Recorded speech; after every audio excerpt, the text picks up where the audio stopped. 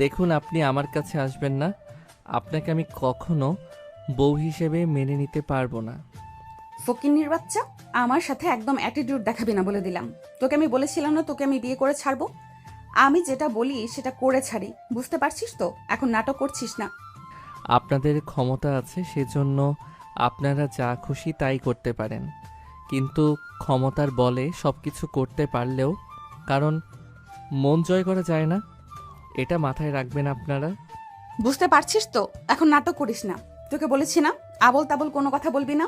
আজকে আমাদের বাসর রাত, এখানে কোনো সিনক্রেট সৃষ্টি করিস না। আসুন তাহলে পরিচয়টা দিয়ে দেওয়া যাক।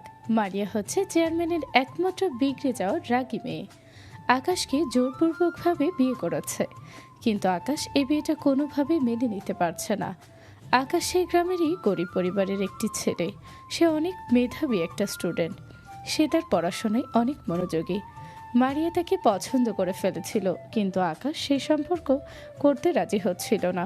সেজন্য প্রতিশোধ নেওয়ার জন্য আকাশকে জোরপূর্বকভাবে বিয়ে করে মারিয়া। দেখুন, আপনি কিন্তু আমার সঙ্গে এরকম করতে পারেন না। ক্ষমতা দিয়ে কি কারোর মন জয় করা যায় বলুন? আপনাকে আমি স্ত্রী হিসেবে মেনে নিতে পারবো না। আপনি আমার থেকে দূরে থাকুন, সেটাই ভালো হবে। তুই হচ্ছিস আমার বিয়ে করা হাজবেন্ড, তোর থেকে আমি দূরে থাকবো মানে? আমি তোর থেকে আদর নিতে চাই, তোর কাছে ভালোবাসা চাই। এমনি এমনি তোকে বিয়ে করেছে নাকি? তোর মতো এত সুন্দর বোকা ছেলে আমি আর কোথাও পেতাম না।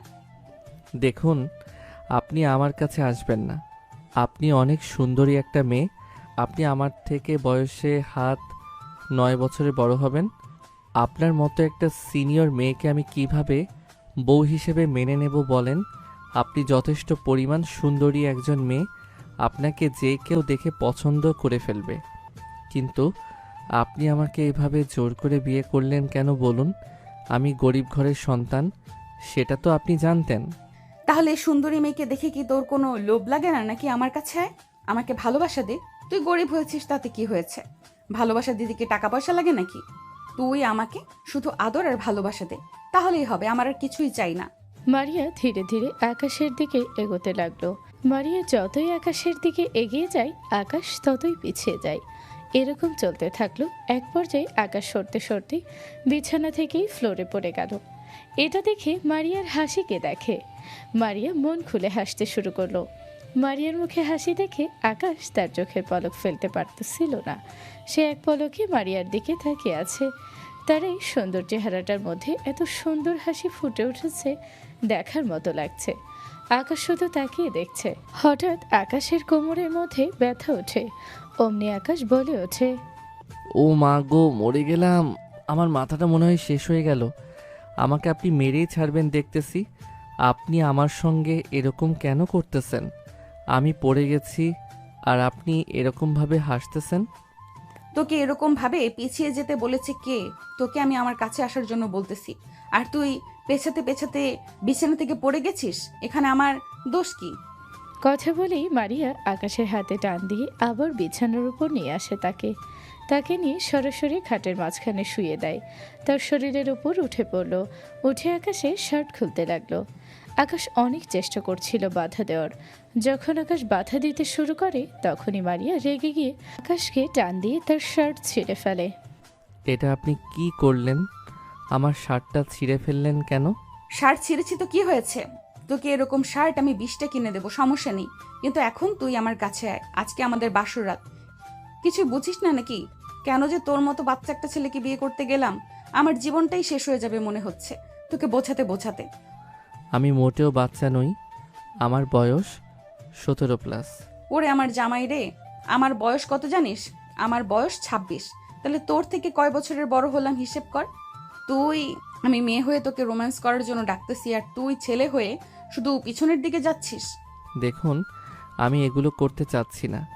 আপনার মতো বুড়ি একটা মেয়েকে আমি আমার বউ হিসেবে মেনে নিতে পারবো না, বুঝতে পেরেছেন আপনি? আমি বুড়ি একটু আগেই না আমার প্রশংসা করলি, এখন আবার বুড়ি বলতেছিস? আর তুই তো শুধু আমার মুখটাই দেখেছিস, আর কিছু কি দেখেছিস যে আমাকে তোর বুড়ি মনে হলো? সেজন্যই তো তোকে কাছে আসতে বলতেছি। আমাকে আদর করলে তুই বুঝতে পারবি আমি কি। একথা বলেই মারিয়া আকাশকে জড়িয়ে ধরে তার দুটি নরম ঠোঁট আকাশের ঠোঁটের সঙ্গে লাগিয়ে লিপ কিস করতে শুরু করলো। আকাশের নিঃশ্বাস বন্ধ হয়ে যাচ্ছিল, কিন্তু আকাশটা যেন একটু একটু ফিল হচ্ছিল। সে আর নিজেকে ধরে রাখতে না পেরে মারিয়াকে শক্ত করে ধরে লিপ কিস করতে শুরু করলো। লিপ কিস করতে করতে তারা অন্য একটা জগতে হারিয়ে যায়।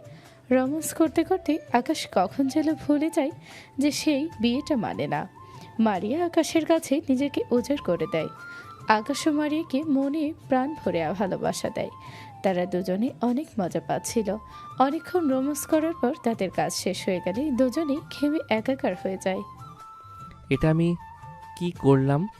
আমি তো তাকে এখনো স্ত্রী হিসেবে মেনে নিতে পারিনি, তাহলে তার সঙ্গে এরকম কাজ আমি কিভাবে করলাম?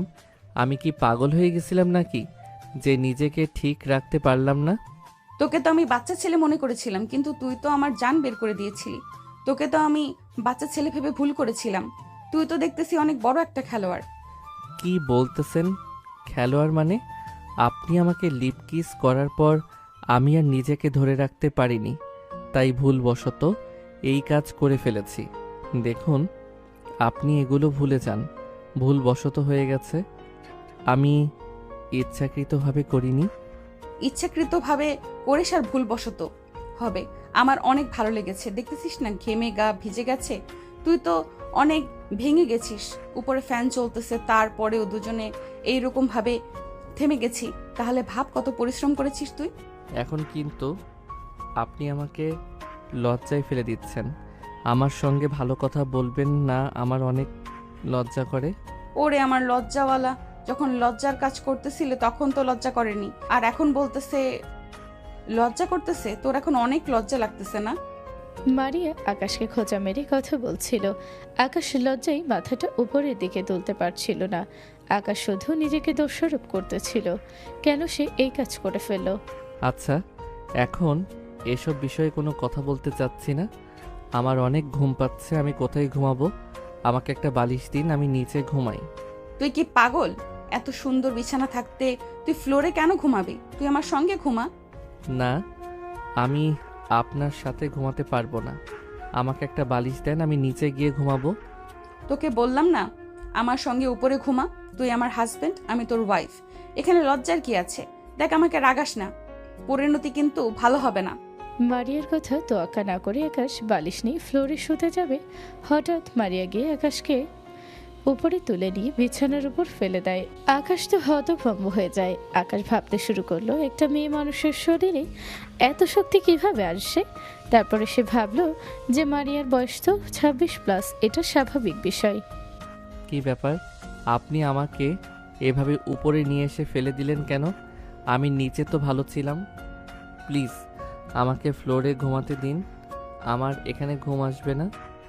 আর একটা কথা যদি বলিস তাহলে তোর অবস্থা খারাপ করে ফেলবো। চুপচাপ এখানে ঘুমিয়ে পড়, আর কোনো কথা বলিস না।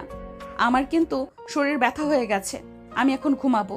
যদি তোকে দেখেছি নিচে ঘুমাতে তাহলে কিন্তু তোর খবর আছে, বলে দিলাম। চুপচাপ ঘুমিয়ে পড়। মারিয়ার কথা শুনে আকাশ ভয় পেয়ে যায়। আকাশ আর কোনো কথা না বলে মারিয়ার পাশেই এক কম্বলের নিচে ঘুমিয়ে যায়। সকাল হতেই আকাশের ঘুম ভেঙে যায়। ঘুম ভাঙার পরে দেখে মারিয়া তার পাশে নেই। সে আশেপাশে দেখতে শুরু করলো, কিন্তু কোথাও সে মারিয়াকে দেখতে পাচ্ছে না। হঠাৎ দেখে মারিয়া একটা ছোট টি শার্ট আর একটা হাফ প্যান্ট পরে ওয়াশরুম থেকে মাথায় ভেজা চুল নিয়ে বের হচ্ছে। এটা দেখে সে আরো লজ্জায় পড়ে যায়। কি ব্যাপার, আমার দিকে এরকম ভাবে তাকিয়ে আছিস কেন? কই না তো, আমি আপনাকে খুঁজতেছিলাম। তাই নাকি? কি জন্য আমাকে খুঁজতেছিলি? এমনি আর কি, ভাবলাম যে ঘুম থেকে উঠে কোথায় গেছেন আপনি, সেজন্য আর কি। সবকিছু তো বুঝতে পারলাম, কিন্তু আমার দিকে এরকম ফ্যাল ফ্যাল করে তাকিয়ে আছিস কেন? আমাকে দেখে কি চোখ সরাতে পারতেছিস না নাকি? না মানে আপনি এরকম টি শার্ট হাফ প্যান্ট পরেছেন, সেজন্য আমার বিষয়টা কেমন জানি লাগতেছে। কেন? এখানে খারাপ লাগার কি আছে? আমি কি হাফ প্যান্ট টি শার্ট পরতে পারি না নাকি? আকাশের এই বিষয়টা একদমই ভালো লাগেনি যে মারি হাফ প্যান্ট টি শার্ট পরেছে, কিন্তু মারিয়া কম না। মারিয়ার পোশাক নিয়ে কেউ কথা বলার সাহস কখনো করেনি। সেই সাহসটা আজকে আকাশ করলো, কিন্তু আকাশ মারিয়াকে বেশি কথা বলার সাহস আর করতে পারলো না। না, এখানে সমস্যার কি আছে? আপনার স্বাধীনতা, আপনি যা খুশি করবেন এখানে, আমি আর কি বলবো বলেন। হ্যাঁ, বুঝতে পেরেছি। তা তুই কলেজে যাবি না? তাড়াতাড়ি উঠে রেডি হয়ে নে। ও হ্যাঁ, আমার তো মাথা থেকে বেরিয়ে গেছিল। আমার তো আজকে কলেজে যেতে হবে, আর আজকে অ্যাসাইনমেন্ট জমা দিতে হবে। আকাশ আর বেশি কথা না বলে মারিয়াকে পাশ কাটিয়ে গোসল দিয়ে ফ্রেশ হয়ে রেডি হয়ে কলেজের দিকে যাওয়ার জন্য প্রস্তুতি হচ্ছিল। তুই তাহলে কলেজে যা, আর আমি একটু পর বের হব। তোকে ফোন দিলে চলে আসিস, দুজন আজকে একসাথে ঘুরবো। আবার কলেজ তো আজকে একটু ইম্পর্টেন্ট কাজ আছে, তারপরও আমি চেষ্টা করব, যদি সময় হয় তাহলে ঘুরতে যাব। ওসব সময়ের কথা আমাকে শুনিয়ে কোনো লাভ নেই। আমি তোকে বলেছি ঘুরতে যাব মানে যাব। তুই যদি না আসিস তাহলে তোকে আমি কলেজ থেকে ধরে নিয়ে আসবো কিন্তু। না, আপনার যেতে হবে না, সময় হলে আমি চলে আসব। আমি তাহলে এখন কলেজে গেলাম। আকাশ মারিয়ার সঙ্গে আর তর্ক না করে সরাসরি কলেজের জন্য বেরিয়ে গেল। সে কলেজে যাচ্ছিল আর ভাবছিল তার জীবনে এত বড় একটা ধাক্কা না লাগলেও পারত। তার জীবনটা যে এরকম এলোমেলো হয়ে যাবে সেটা কল্পনাও করতে পারেনি। গরিব ঘরের সন্তান সে, এবং তার মনের মধ্যে কোনো লোভ লালসা নেই। সে নিতান্তই সাধারণভাবে জীবনযাপন করতে স্বাচ্ছন্দ্য বোধ করে। এগুলো ভাবতে ভাবতে কখন যে সে কলেজে চলে এসেছে সে নিজেও বুঝতে পারেনি। কলেজে আসার পরে তার বান্ধবী তাকে জিজ্ঞেস করলো, কি রে আকাশ, তুই কালকে কলেজে আসলি না কেন? তোকে স্যার কাল খুঁজছিল। তুই হচ্ছিস স্যারের প্রিয় স্টুডেন্ট। তুই যদি কলেজে অ্যাবসেন্ট থাকিস তাহলে তোকে তো সবাই অনেক মিস করবে। দেখ, মজা নিস না, আমি অনেক ঝামেলার মধ্যে দিয়ে যাচ্ছি। আমার এখন এরকম মজা ভালো লাগতেছে না। দয়া করে তোর আমার সঙ্গে এই ইয়ার্কি করা বন্ধ কর। কি ব্যাপার আকাশ, কি হয়েছে তোর দোস্ত? তুই তো কখনো এরকম রেগে যাস না, আজকে হঠাৎ এভাবে রেগে গেলি কেন? কোনো সমস্যা হয়েছে নাকি তোর? আকাশ বলতে যাবে তার মুখের সামনে কথা চলে আসার পরও সে কথাটা এড়িয়ে যাওয়ার চেষ্টা করলো। সে সবার কাছে তার বিয়ের বিষয়টা এড়িয়ে গেল। তার বন্ধু বান্ধব, বান্ধবী, কলেজের স্যার কেউ তার বিয়ের বিষয়ে কিছুই জানে না। সে কাউকে বলতে চাচ্ছিল না এই বিষয়ে। না রে দোস্ত, কিছুই হয়নি, সত্যি বলতেছি। আমি কি তোদের কখনো মিথ্যা কথা বলি বল? এমনিতেই শরীরটা ভালো নেই, তাই হয়তো তোদের এরকম মনে হচ্ছে। আমার আসলে কিছু হয়নি, তারা শুধু শুধু আমাকে নিয়ে প্যারা নিচ্ছিস। তুই এরকম আমতা আমতা করছিস কেন? আমার মনে হচ্ছে তুই আমাদের থেকে কিছু একটা লুকোচ্ছিস। দেখ কি হয়েছে সত্যি করে বল, আমরা সবাই মিলে তোকে সাহায্য করার চেষ্টা করব। তুই আমাদের বিষয়টা খুলে বল। আরে কিছুই হয়নি, চল তো ক্লাসে যাই। আমার কালকের অ্যাসাইনমেন্ট, আজকের অ্যাসাইনমেন্ট দুইটাই জমা দিতে হবে। ক্লাস থেকে বের হয়ে পরে কথা বলতেছি। আকাশের বন্ধু বান্ধবীদের বুঝতে বাকি রইল না যে আকাশ কোনো না কোনো প্রবলেমে আছে, কিন্তু সে তাদেরকে এই প্রবলেমের ব্যাপারে কিছুই বলতে চাচ্ছিল না, সেটা তারা বুঝে গেছে। তারা সবাই ক্লাসে চলে গেল। ক্লাসে গিয়ে সবাই অ্যাসাইনমেন্ট জমা দিয়ে ক্লাস শেষ করে ক্লাসের করিডোরে এসে সবাই একসাথে আড্ডা দিচ্ছিল। দোস্ত ঈশান, তুই কি কিছু জানিস আকাশের কি হয়েছে? ওর আজকে মন খারাপ, কথা বলতেছে না ঠিকঠাক, মনে হচ্ছে কোনো প্রবলেমে পড়েছে। কি বলিস? আমি তো কিছুই জানি না। আরও হঠাৎ ওর কি হয়েছে? ও আমার বেস্ট ফ্রেন্ড, আমার কাছে তো কখনো কিছু লুকায় না, আমাকে সব কিছু খুলে। কিরে আকাশ, কি হয়েছে? তোর দোস্ত মাসে এগুলো কি বলতেছে? সত্যি করে বলতো, তুই কি আসলে কোনো প্রবলেমে আছিস? আরে না, আমি কোনো প্রবলেমে নাই মাইশা, শুধু শুধু এই বিষয়গুলো নিয়ে প্যারা দিচ্ছে। আমার আজকে শরীরটা তেমন একটা ভালো নেই, সেজন্য আমাকে এমন দেখাচ্ছে। আমি আসলে কোন বেড়ার মধ্যেই নেই, আমি তো সবসময় বিন্দাস থাকার চেষ্টা করি। সবাইকে সে মিথ্যা বলেও ঈশানের সামনে এসে ধরা পড়ে যায়, কারণ ঈশান আকাশকে অনেক বছর ধরে চেনে। তার ছোট থেকে একসাথে পড়াশোনা করে, কিন্তু ঈশান বুঝতে পেরেও তখন সে বিষয়টা নিয়ে যায়। তখন তাদের আশেপাশে অনেক মানুষ ছিল, সেজন্য ঈশান আকাশকে চাপ দিয়ে কোনো কিছু জিজ্ঞেস করে না। তারা কলেজের বারান্দায় দাঁড়িয়ে আড্ডা দিচ্ছিল। সবাই এমতাবস্থায় কলেজের স্যার ম্যাডাম পাশ দিয়ে যাচ্ছিল। হঠাৎ স্যার জিজ্ঞেস করে উঠল, কি ব্যাপার আকাশ, কালকে কলেজে আসোনি কেন? তুমি তো কখন অ্যাবসেন্ট করো আর না। কালকের অ্যাসাইনমেন্টটা কি জমা দিয়েছো? জি স্যার, আমি সবগুলো অ্যাসাইনমেন্ট জমা দিয়েছি। কালকে একটু কাজে ব্যস্ত ছিলাম তো, সেজন্য কলেজে আসতে পারিনি। অনেক গুরুত্বপূর্ণ একটা কাজে আটকে ছিলাম। কি ব্যাপার, কোনো সমস্যা? তোমার মুখটা এরকম শুকনো শুকনো লাগতেছে কেন? না স্যার, তেমন কিছুই না। আসলে শরীরটা একটু খারাপ তো, তারপরও কালকে রাতে ঘুমাতে পারিনি ভালোভাবে, সেজন্য ভালো লাগতেছে না। ও আচ্ছা, বুঝতে পারছি। ঠিক আছে, থাকো তাহলে। আর কলেজে এখন অ্যাবসেন্ট কইরো না, সামনে কিন্তু পরীক্ষা। আকাশকে তার স্যার কথাগুলো শেষ করে যেতে বলবে, এর মধ্যে হঠাৎ কোথা থেকে মারিয়া এসে আকাশকে ধাক্কা দিয়ে বলে উঠল, কি ব্যাপার, আমার ফোন রিসিভ করতেছিস না কেন? কি সমস্যা তোর? তোকে বললাম না ঘুরতে যাব। আপনি আমার কলেজে চলে এসেছেন কেন?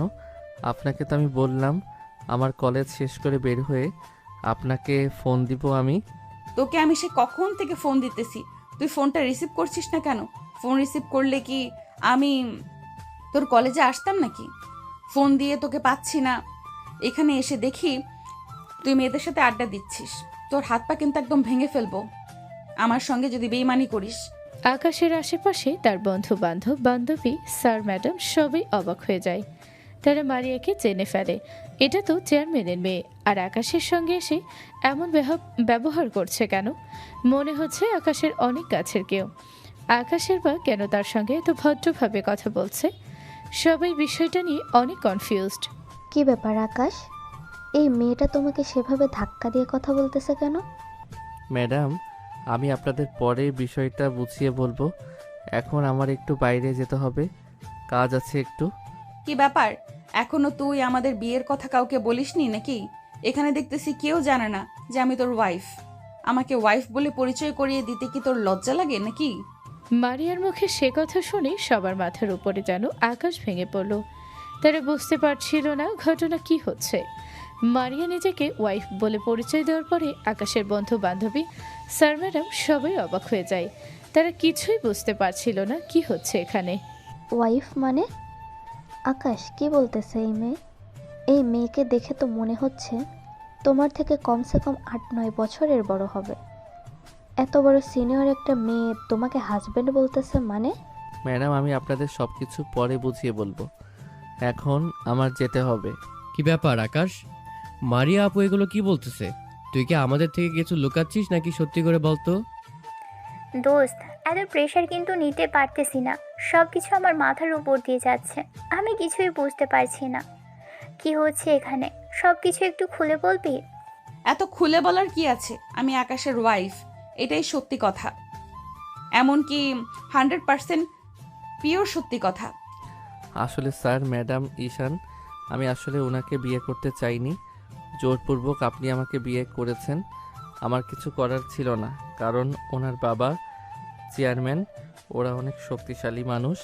আমি ওনাদের সাথে কিভাবে বেড়ে উঠবো বলো?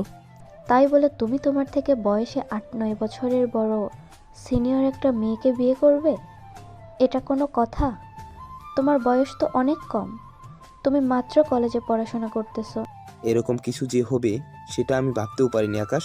তুমি এত বড় একটা কাণ্ড করে বসে আছো, অথচ আমাদের কাছ থেকে বিষয়টা সম্পূর্ণ লুকিয়ে গেছো। এত সিনিয়র একটা মেয়েকে তুমি কেন বিয়ে করলে? আর উনি জোর করেছে তো কি হয়েছে? তুমি পালিয়ে যেতে? তোমার তো অভিভাবক আছে, বাবা মা আছে, তাদেরকে ডেকে নিয়ে আসতে। স্যার ম্যাডাম, যা হবার তা তো হয়ে গেছে, এটা নিয়ে আর বেশি কথা বাড়িয়ে কোনো লাভ নেই। আপনারা থাকুন, আপনাদেরকে আমি ভালোভাবে পরে বুঝিয়ে বলবো। এই কথা বলেই আকাশ কলেজের আসল ফটো থেকে বাহিরে বের হতে লাগলো। পিছনে থেকে তার বন্ধু আর বান্ধবী তাকে ডাকতে শুরু করলো।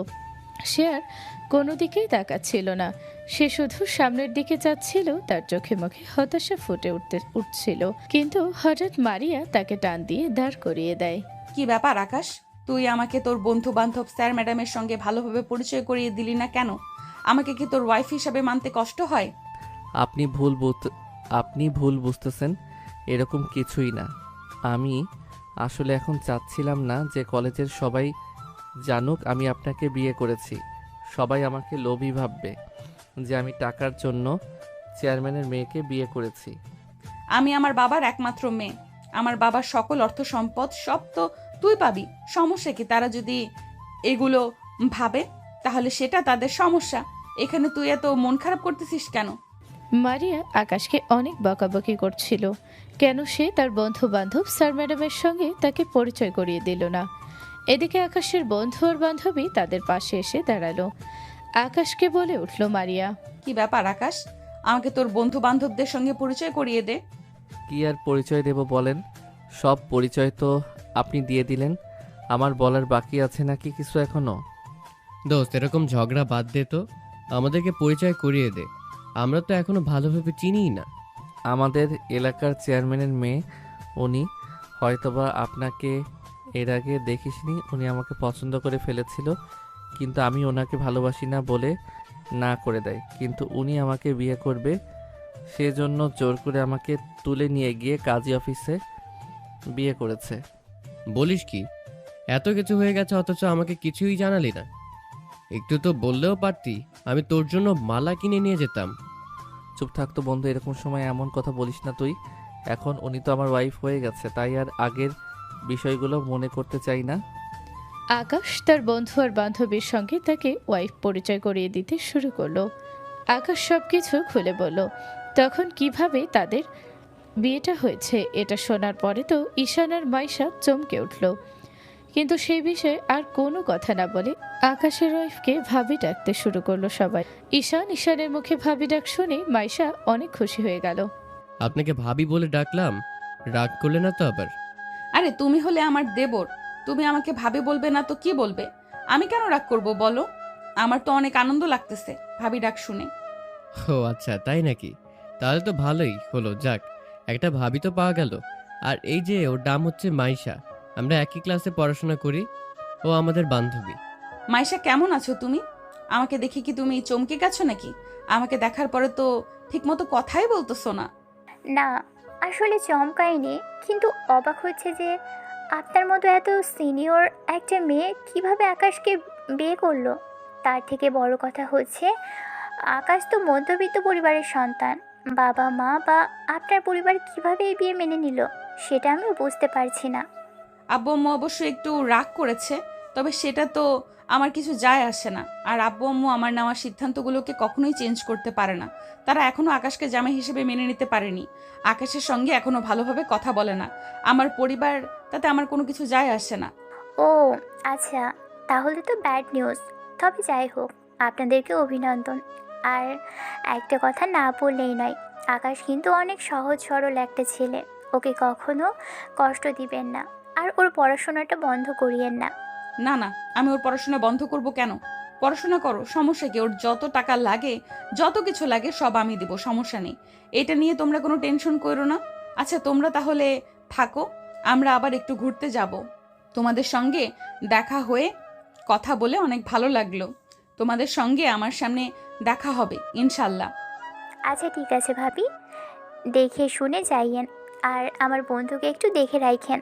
হ্যাঁ ভাবি, আমারও মাইশার মতো একই কথা। আমার বন্ধুকে একটু দেখে শুনে আদর যত্ন দিয়ে রাখেন। মারিয়া আকাশের বন্ধু বান্ধবের কথা শুনে মুচকি হাসে। আকাশের হাত ধরে নিয়ে হাঁটতে শুরু করলো। আকাশ এখনও মারিয়াকে নিজের ওয়াইফ হিসেবে মেনে নিতে পারছে না। তার শুধু রাতের কথা মনে হচ্ছে। রাতে কেন যে সে নিজেকে আটকাতে পারল না, একটু নিজের উপর কন্ট্রোল করতে পারল না। কিন্তু এখন সব কিছু ভুলে মারিয়ার সঙ্গে ঘুরতে চলে গেল। পুরো কলেজের সবাই তাদেরকে তাকিয়ে তাকিয়ে দেখছিল আর অবাক হচ্ছিল এত জুনিয়র একটা ছেলেকে এরকম সিনিয়র একটা মেয়ে কিভাবে বিয়ে করলো। দেখতে দেখতে আকাশের মারিয়া কলেজের গেট থেকে বের হয়ে গেল। তারা একটা রিক্সা নিয়ে তাদের গন্তব্যে চলে গেল। আচ্ছা আমরা একটা জায়গায় ঘুরতে এসেছি। এখানে এসে যদি তুই এরকম গোমরা মুখ করে বসে থাকিস তাহলে কি ভালো লাগে বল? কই আম্মু, গোমরা করে বসে আছি? আপনি শুধু শুধু এগুলো বলতেছেন। আমি তো হাসি খুশি আছি। আকাশের মুখ দেখে মনে হচ্ছে সে এখনো মারিয়াকে বউ হিসেবে মেনে নিতে পারছে না। কিন্তু মারিয়াও ছেড়ে দেওয়ার মেয়ে নয়। সে যেভাবেই হোক আকাশের মন জয় করে ছাড়বে। আচ্ছা যদি তোর আমাকে একদমই সহ্য না হয় তাহলে কি একটা কাজ করি, তোকে আমি মুক্ত করে দেই।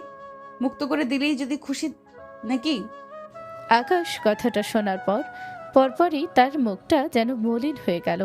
সে বুঝতে পারছিল না মারিয়াকে তার এখন কি বলা উচিত। দেখুন, দয়া করে আপনি এরকম কোনো কথা ভাববেন না। কে বলেছে আপনাকে আমি বউ হিসেবে মেনে নেইনি? অবশ্যই মেনে নিয়েছি। কিন্তু সেটা তো তোকে দেখে মনে হয় না। তোর মুখ দেখলে মনে হচ্ছে তুই এখন আমাকে ওয়াইফ হিসেবে মেনে নিতে পারিসনি। এটা আমার ভুল ধারণা। যদি আপনাকে আমি বউ হিসেবে মেনে না নিতাম তাহলে আপনার সঙ্গে আমি এখানে ঘুরতে আসতাম না, রাতে আপনার সঙ্গে রোম্যান্স করতাম না। আপনাকে আমি একটু একটু করে ভালোবাসতে শুরু করেছি। আমার মনে আপনার জন্য একটু একটু করে জায়গা তৈরি হচ্ছে।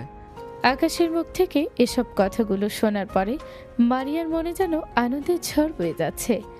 মারিয়ার মুখটা হাসিতে পুরো ভরে গেছে। বলতেছিস আবার আমাকে খুশি করার জন্য এই কথাগুলো বলতেছিস না তো? কেন আপনাকে মিথ্যা কথা বলবো? শুধু শুধু বলেন। অনেকই তো হলো আড্ডা দেওয়া, আর কতক্ষণ এখানে বসে থাকবেন? কিছু খাওয়া দাওয়া করবেন নাকি? তাহলে আমার জন্য বাদাম কিনে নিয়ে বাদাম খেয়ে বাসা থেকে চলে যাব, আর এখানে বেশি দেরি করব না। আকাশ আর মারিয়া একটা জায়গায় বসে আড্ডা দিচ্ছিল, তাদের ভালোবাসার বহিঃপ্রকাশ করছিল। এটা আবার মারিয়ার চাচা দেখে ফেলে। সেটা আবার গিয়ে মারিয়ার বাবাকে বলে দেয় তারা। এখনো মারিয়ার বিয়েটা মেনে নিতে পারেনি, কারণ এরকম একটা গরিব ঘরের ছেলেকে তারা কোনো সময় তাদের বাড়ির জামাই হিসেবে মেনে নিতে পারবে না। দেখছেন নাকি ভাইজান, কেমন বেহায়া একটা মেয়ে, বাবা চাচার সম্মান মাটিতে মিশিয়ে দেয়, ওই ফকিন্নির সাথে বাদাম খাচ্ছে।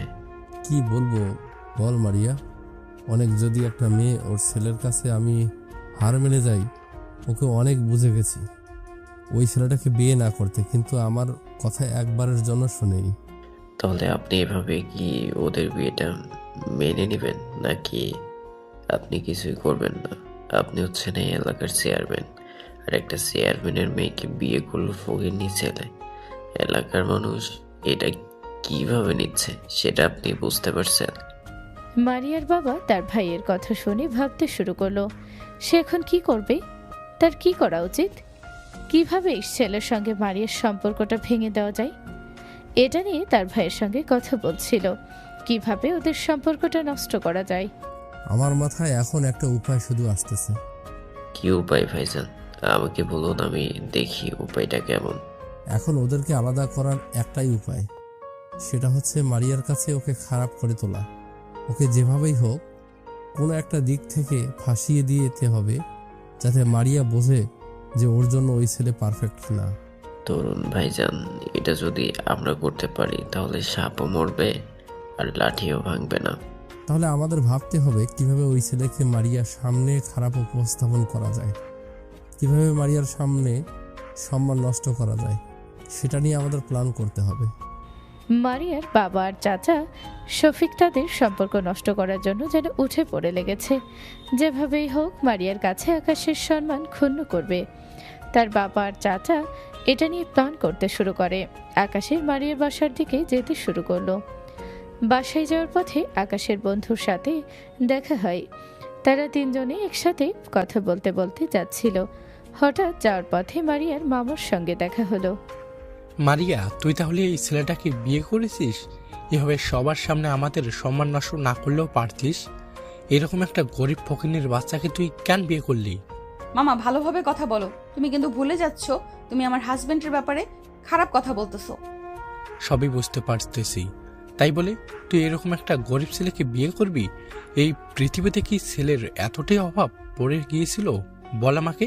দেখো মামা, সবকিছুই ঠিক আছে, কিন্তু আমি ওকে ভালোবাসি, ওকে মন থেকে পছন্দ করি। আমার মনে হয়েছে ও আমার জন্য পারফেক্ট, তাই আমি ওকে বিয়ে করেছি। আমি তোমাদের কথা শুনতে বাধ্য নই। তুমি এরকম একটা ফকিন্নির বাচ্চার জন্য আমার সঙ্গে তর্ক করতেছো? তুমি আমাকে অপমান করতেছো এই গরিবদের সামনে? আকাশ মারিয়ার মামার সেই তিতা কথাগুলো শোনার পরও কোনো রিয়াক্ট করছিল না। আকাশের চোখে যেন পানি টলমল করছিল তখন, কিন্তু সে কিছুই বলছিল না, নিজেকে আটকে রেখেছে। কিন্তু তার বন্ধু ঈশান আর নিজেকে ধরে রাখতে পারল না, সে বলেই ফেলল, আপনি কাকে ফকিন্নির ছেলে বলতেছেন? ওকে আপনি ভালোভাবে চিনেন? আগে না চিনে আন্দাজে কথা বলবেন না।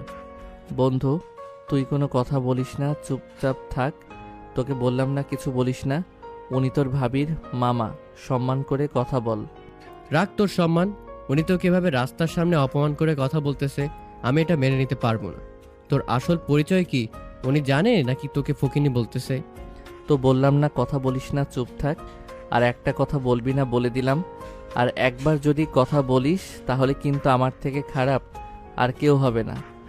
ফকিন্নির বাচ্চাদের আবার ভাব দেখো, এমন ভাব করতেছে মনে হচ্ছে ওর বাবা কোটি কোটি টাকার মালিক। বাবা খায় সামান্য দোকান দিতে তার ভাব দেখলে শরীর জ্বলে যায়। আকাশের নিজেকে ধরে রাখতে পারলে না। আকাশ অনেক চেষ্টা করলো, কিন্তু তার বাবা নামে খারাপ কথা শুনে সে নিজেকে আর ধরে রাখতে পারল না। আপনি আমাকে নিয়ে যা খুশি বলেন, আমি কিছু মনে করব না, কিন্তু আপনি আমার বাবাকে নিয়ে কোনো কথা বলবেন না, আমার পরিবারকে নিয়ে আপনি কোনো কথাই বলবেন না, তা না হলে কিন্তু আমি ভুলে যাব আপনি যে মারিয়ার মামা হন।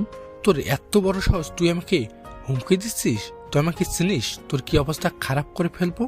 তোকে এতক্ষণ কিছু বলিনি, কারণ আমার ভাগ্নির সামনে দাঁড়িয়ে আছে না বলে তোর অবস্থা খারাপ করে ফেলতাম। আমি তো আপনাকে খারাপ কিছু বলিনি, আমি বললাম আপনি আমার বাবা মাকে নিয়ে কথা বলবেন না, আমার পরিবার নিয়ে কোনো কথা বলবেন না, আপনার আমাকে নিয়ে যা খুশি বলার বলুন, আমি কিছু মনে করব না, কিন্তু আমার পরিবার নিয়ে কোনো কথা বলবেন না। তুই চুপ থাকতো। উনি কে? তুই ওনাকে তো ভয় পাচ্ছিস, তোর পরিচয়টা দিচ্ছিস না কেন? আমার কিন্তু বন্ধু মাথা গরম হয়ে যাচ্ছে। বন্ধু প্লিজ এখানে কোনো সিন ক্রিয়েট করিস না। দেখ উনি মানুষ, ওনার সঙ্গে আমাদের বেয়াদবি করা যাবে না, তাই ওনার সঙ্গে ভালোভাবে কথা বল। আর তোকে বলছি না ওই বিষয়ে কথা বলিস না, চুপ থাকতে একটু। মামা আপনি এখন যান, আপনার সঙ্গে আমি পরে কথা বলবো। আপনাকে সম্মান করি সেজন্য আপনার সঙ্গে তর্ক করলাম না, বলি কি আপনি আমার হাজবেন্ডকে আমার সামনে অপমান করবেন, এটা আমি সহ্য করব না। কথাটা শেষ করেই মারিয়া আকাশের হাত ধরে টেনে নিয়ে চলে যেতে শুরু করলো। এদিকে মারিয়ার মামার মাথায় যেন রক্ত উঠে গেছে। কিন্তু সব থেকে আশ্চর্যের বিষয় হচ্ছে আকাশের বন্ধু তখন কিছু একটা বলতে চাচ্ছিল, কিন্তু আকাশটা বারবার তার বন্ধুকে বলতে দিচ্ছিল না। আসলে আকাশের বন্ধু কি বলতে চাচ্ছিল? আচ্ছা আকাশ, আমার একটা কথা আছে তোর সঙ্গে। তোর বন্ধু ঈশান বারবার কি যেন একটা কথা বলতে চাচ্ছিল, কিন্তু তুই ওকে বারবার থামানোর চেষ্টা করতেছিলি, ওকে কথাটা বলতে দিচ্ছিলি না। তোর কি পরিচয় দিতে চেয়েছিল আমাকে একটু বলতো। মারিয়ার মুখে কথাটা শুনে আকাশ স্তব্ধ হয়ে যায়। মারিয়াকে এই প্রশ্নের কি উত্তর দিবে আকাশ কোনোভাবে সেটা বুঝতে পারছিল না। আরে কিছু না, আপনি চলুন। ও কি বলতে কি বলে ফেলেছে উনিও জানে না, আপনি শুধু শুধু ওর কথাগুলো মাথায় নিচ্ছেন কেন? আচ্ছা ঠিক আছে, ওই বিষয়গুলো আর কোনো কথা নেই, নাই বলি, কিন্তু আমার এখন মনে হচ্ছে তোকে আমার তুই বলে সম্বোধন করা উচিত হচ্ছে না। আজকে থেকে তোকে আমি তুমি করে বলবো। তুমি করে বললে কি তোর কোনো সমস্যা হবে? কি বলেন সমস্যা হবে কেন, আপনি বলেন। আচ্ছা যান, ঠিক আছে, আজকে থেকে তোমাকে আমি তুমি করেই ডাকবো। তুমি করে ডাকতে আমার অনেক ভালো লাগে। তাই নাকি? তাহলে আজকে থেকে আমাকে তুমি করে ডাকবেন, আপনার যেটাতে ভালো লাগবে সেটাই করবেন। আপনার একটা কিস করি, আমার অনেক ইচ্ছে করতেছে তোমাকে একটা কিস করতে। কি বলতেছেন এগুলা? রাস্তা দিয়ে হেঁটে যাচ্ছেন, সেটা কি আপনার মাথায় আছে? আর আমার বন্ধু পাশে আছে, ওর সামনে কি করে আমাকে কিস খাবেন? তো কি হয়েছে, আমরা হাজব্যান্ড ওয়াইফ, রাস্তায় আমরা কিস খাবো না কি করব সেটা আমাদের ব্যক্তিগত বিষয়, অন্যের কথাতে আমাদের কোনো কিছু যায় আসে না। তাই বলে রাস্তার উপর আমি যত খুশি বাসায় আমাকে কিস করেন, সমস্যা নেই, কিন্তু এখানে না। আকাশ কথা বলতে বলতে হঠাৎ তার ফোনে রিং বেজে উঠল। ফোন বেজে ওঠার সঙ্গে সঙ্গে সে চমকে উঠল। ফোনটা বের করে দেখে তার মা তাকে ফোন করেছে। ফোনটা রিসিভ করলো আকাশ। কিভাবে? আকাশ কোথায় তুই? এখনই বাসায় আয় তো, তোর সঙ্গে জরুরি কথা আছে। কেন আম্মু, কোনো সমস্যা হয়েছে নাকি? এত ইমার্জেন্সি আসতে বলতেছো যে? তোকে আসতে বলেছি, তুই আয়। বুঝতে পারছিস এমার্জেন্সি, তাহলে এত প্রশ্ন করছিস কেন? একটু তাড়াতাড়ি আয়। আম্মুর কথা শুনে আকাশ অনেক চিন্তার মধ্যে পড়ে গেল। সে ভাবতে শুরু করলো হঠাৎ কি এমন হলো, বাসায় যে এত ইমার্জেন্সি বাসায় যেতে বলছে। তার মনে ভয় হতে শুরু করলো। মারিয়া তাকে কোনোভাবেই বাসায় যেতে দিতে রাজি নয়, কিন্তু অনেক বোঝানোর পর মেয়েটা রাজি হয়। কিন্তু সন্ধ্যার আগেই তাকে বাসায় চলে আসতে আকাশ সেটা রাজি হয়। তাড়াতাড়ি বাসায় চলে যায়। বাসায় ঢুকেই তার মার সঙ্গে দেখা। কি ব্যাপার আম্মু, কি হয়েছে এত ইমার্জেন্সি থেকে নিয়ে আসলে? তোমাকে কত করে বললাম যে চেয়ারম্যানের মেয়ের থেকে দূরে থাকো, কিন্তু তুমি আমার কোনো কথাই শুনলে না। এখন তোমার বিয়ের কারণে আমরা সবাই সমস্যায় পড়ে যাব। আকাশ তার আম্মুর মুখ থেকে এমন কথা শোনার সঙ্গে সঙ্গেই তার মুখটা মলিন হয়ে গেল। সে একটু একটু বুঝতেছিল বাসায় কিছু একটা হয়েছিল, কিন্তু কি হয়েছিল সেটাই সে জানে না। কি ব্যাপার আম্মু, সত্যি করে বলো তো, বাসায় কিছু হয়েছিল নাকি? নাকি আব্বু তোমাকে কিছু বলেছে? আর আমি তো ওই মেয়েকে বিয়ে করতে চাইনি, ও আমাকে জোর করে বিয়ে করেছে। একটু আগে মারিয়ার চাচা এসেছিল, বাড়িতে এসে আমাদেরকে বলে গেছে যত দ্রুত সম্ভব আকাশকে মারিয়ার সঙ্গে আলাদা হয়ে যেতে, তা না হলে পরিণত অনেক খারাপ হবে, এভাবে হুমকি দিয়ে গেছে। তার আম্মুর মুখ থেকে এরকম কথা শুনে সে তেলে বেগুনে জ্বলে উঠল। তার রক্ত যেন টকবক করছিল। সে সব কিছু সহ্য করতে পারে, কিন্তু তার পরিবারের দিকে কেউ হাত বাড়ালে সেটা সে সহ্য করতে পারে না।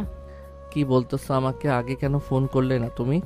আমাকে ফোন করলে আমি সঙ্গে সঙ্গে চলে আসতাম। তবে ভালো হয়েছে তুমি ওদের সঙ্গে কোনো তর্কাতর্কি করো নাই। ওরা বেশি একটা ভালো মানুষ না। তারপর আমি বিষয়টা দেখতেছি, তোমরা এই বিষয়টা নিয়ে চিন্তা করো না। আমি থাকতে আমার পরিবারের উপর কোনো প্রভাব আসতে দেব না। আমার তো আমাদের নিয়ে কোনো চিন্তা হয় না, আমার চিন্তা হয় তোমাকে নিয়ে। যদি তোমার কিছু হয়ে যায় তাহলে আমি তাকে কি জবাব দিব? আকাশ তারা মোর মুখ থেকে এরকম কথা শোনার পরই আরো বেশি রেগে যায়। আম্মু তোমাকে কতবার বলেছি ওনার কথা আমার সামনে বলবে না, তারপর তুমি বারবার কেন ওনার কথা আমার সামনে বলো? যেটা বাস্তব সেটা বলতেই হবে, তুমি মানো আর না মানো, এটা একটা চিরন্তন সত্য কথা। এটা কিভাবে লুকাবে সমাজের কাছ থেকে? আমি কিছুই বুঝি না। আমি একটা পরিচয় নিয়ে বেঁচে থাকতে চাই। আপনি দয়া করে তার কথায় আমার সামনে বলবেন না। এই কথা বলে আকাশ অনেক রেগে চলে যেতে লাগলো। তখনই তার আম্মু তার হাত টান দিয়ে চেহারার উপর বসানো। দেখ বাবা আকাশ, ওরা কিন্তু অনেক খারাপ মানুষ। ওরা চাইবে তোর ক্ষতি করতে, কারণ ওরা তোকে তাদের বাড়ির জামাই হিসেবে মেনে নিতে পারছে না, তাই তোর ক্ষতি করার চেষ্টা করবে। তাই তুই চোখ কান খোলা রাখবি সব সময়। আম্মু, এটা নিয়ে তোমার কোনো চিন্তা করতে হবে না। মারিয়াকে সঙ্গে নিয়ে আসিসনি কেন? মারিয়া আসলে তো ভালো হতো, আমাদের বাড়ি থেকে ঘুরে যেতে পারতো। না আম্মু, ওকে আমি বাসায় আনিনি। যেদিন ওর পরিবার আমাদেরকে মেনে নিবে সেদিন ওকে আমি আমার বাসায় নিয়ে আসব, তার আগে না। আচ্ছা, তুমি যেটা ভালো মনে করো সেটাই করো, কিন্তু একটা কথা মাথায় রেখো, যে কাজই করো ভেবে চিন্তে করো।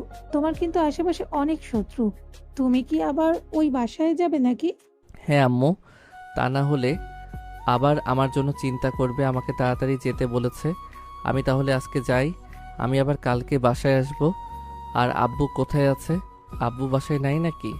না, তোমার আব্বু বাইরে একটা কাজে গেছে, সন্ধ্যার পরপরই চলে আসবে। আচ্ছা ঠিক আছে আম্মু, আমি তাহলে বের হলাম। আব্বু আসলে আমার কথা বইল যে আমি আসছিলাম, কালকে আবার আসব বাসায়, তখন তার সঙ্গে দেখা করব। এই কথা বলেই আকাশ রুম থেকে বের হয়ে মারিয়াদের বাড়ির উদ্দেশ্যে রওনা হলো। আকাশের মা তাকে নিয়ে অনেক চিন্তা করছিল, কারণ মারিয়ার পরিবার ভালো না বা চাইবে আকাশের ক্ষতি করতে। কিন্তু আকাশ কোনো কিছু তোয়াক্কা না করে মারিয়ার বাসায় চলে গেল। মারিয়া আকাশকে দেখে নাচতে শুরু করলো। কি ব্যাপার, এভাবে নাচানাচি করতেছেন কেন বাচ্চাদের মতো? বলতে পারি না, তোমাকে দেখে মনটা কেমন জানি নিচে উঠলো, তাই মনের সঙ্গে আমিও একটু তাল মিলালাম। তাই ও আচ্ছা, ভালো মনের সঙ্গে তাল মিলিয়ে চলা অনেক ভালো বিষয়। নাকি? তাহলে একটু কাছে আসো, তোমাকে আদর করি। আসতে না আসতে শুরু করে দিলেন। আবার না, তো ভালোবাসা কোথায় পান আপনি? তুমি তো আনরোমান্টিক, তুমি প্রেম ভালোবাসার কি বুঝবে? তুমি এখনো বাচ্চা আছো, বুঝতে পারছো না। কে বলেছে আমি বাচ্চা? আমি কিন্তু কলেজে পড়াশোনা করি, আমি মোটেও বাচ্চা নই। কালকে রাতের কথা মনে নেই? কালকে রাতের কথা মনে করে দেখুন, একটু যদি বাচ্চা হতাম তাহলে কি ওই রকম হতো? আকাশের কথা শুনে মারিয়ার মুখটা লজ্জায় মলিন হয়ে গেল। তার মুখটা ওড়না দিয়ে ঢাকতে শুরু করলো। আকাশের ওড়নাটা সরিয়ে দেখে মারিয়ার তার মুখ লজ্জায় লাল টুকটুকে হয়ে গেছে। সরো তো, তোমাকে একটা কথা বলে শান্তি পাওয়া যায় না। তোমাকে দেখতে বাচ্চার মতো লাগে, কিন্তু তোমার কথাবার্তা কিংবা তোমার কার্যকলাপ কোনোটাই বাচ্চাদের মতো না। তাই নাকি? কালকে রাধার কথা কি আবার মনে পড়ে গেল নাকি? এখন দেখতেছি অনেক কথা বলতেছো, আগে তো তোমার মুখে কথাই আসতো না, এখন দেখতেছি অনেক কথাই বলো। এই কথা বলে মারিয়া আকাশকে টান দিয়ে নিয়ে বিছানার সঙ্গে শুয়ে দেয়। তার হাতটা বিছানার সঙ্গে লাগিয়ে দিল, তাকে শাত দিয়ে ধরে কিস করতে শুরু করলো। কি করতেছেন এগুলা? কি চলে আসবে তো দরজাটা লাগিয়ে দিন। আসুক, সমস্যা কি? আমরা তো হাজব্যান্ড ওয়াইফ, কেউ আসলে সমস্যা নেই। আমি ফ্রেশ হইনি এখনো, ফেসটা তো হতে দিন আমাকে। ও আচ্ছা, যখনই দেখেছো যে বিপদে পড়ে গেছো তখনই বাহানা খুঁজতে শুরু করেছো না? এখনো তো ভয় পাচ্ছ না? এখনো তো ভয় পাচ্ছ কেন? একটু আগে তো পটর পটর করে কথা বললে, এখন তোমার মুখের কথা কই গেল? এরকম আমতা আমতা করতেছো কেন? মারিয়ার মুখে এমন কথা শুনে আকাশ লাফ দিয়ে ওঠে। মারিয়াকে তার নিচে ফেলে দিয়ে তাকে জড়িয়ে ধরে আলতো করে তার সঙ্গে ঠোঁট লাগিয়ে দিয়ে কিস করতে শুরু করলো। দুজন দুজনকে অনেক ভালোবাসছিল। আকাশ নেহার দুই গালে সজোরে চুমু খেতে শুরু করেছে। দুইজন যেন রোমান্সের সাগরে হারিয়ে যাচ্ছে। আকাশ ধীরে ধীরে মারিয়ার থ্রি পিসটা উপরে দিতে তুলতে লাগলো। আকাশের হাতের স্পর্শে মারিয়া নিজেকে নতুনভাবে উপলব্ধি করতে শুরু করলো। এরকম স্পর্শকাতর মুহূর্তে দুজন অনেকক্ষণ সময় কাটালো। তাদের রোমান্টিক সময় কাটানো শেষ হলে মারিয়া বলে উঠল, এত সময় লাগে তোমার? কখন থেকে বলতেছি ছাড়ো ছাড়ো। কেন? একটু আগেই তোমাকে বাচ্চা ছেলে বললেন, এখন আবার এ কথা কেন? বাচ্চা ছেলেকে দেখে এত ভয়? বাচ্চা ছেলের ইয়েটাই সহ্য করতে পারতেছেন না? মানে আসলে বিষয়টা সেই রকম না, তুমি যেরকম ভাবতেছো। আমি তো এমনিই বললাম। আকাশের বড় কথাতে মারিয়া লজ্জায় মুখ লুকাতে শুরু করলো। মারিয়ার মুখটা যেন লজ্জায় লাল টুকটুকে হয়ে গেছে। আকাশ বারবার মারিয়াকে খোঁচা দিয়ে কথা বলছে। শেষমেশ মারিয়া লজ্জায় বিছানার উপর থেকে উঠে দাঁড়িয়ে জামা কাপড় হাতে নিয়ে ওয়াশরুমে চলে গেল। এটা দেখে আকাশ হাসাহাসি করছিল। হঠাৎ বাহিরে থেকে কেউ আকাশ বলে ডাক দেয়। আকাশ সঙ্গে সঙ্গে দরজা খুলে দেখে মারিয়ার চাচা তাকে ডাকছে। বাবা একটু আসবে, আমার মেয়ের ঘরের লাইটটা নষ্ট হয়ে গেছে, একটু লাইট লাগিয়ে দাও তো, আমি আবার ওগুলো বোঝে না। আঙ্কেল, এই কথা আমি এখনই লাগিয়ে দিচ্ছি, আপনি কোনো টেনশন করবেন না। চলুন আমাকে দেখিয়ে দিন। এই যে ঘরে, তুমি একটু ভিতরে গিয়ে চেক দাও, আমি লাইটটা নিয়ে আসতে। আকাশ ঘরের ভেতর প্রবেশ করতে দেরি না করে যেন একজন পিছন থেকে দরজাটা লাগিয়ে দিল। অন্ধকারে আকাশ কিছুই দেখতে পারছিল না।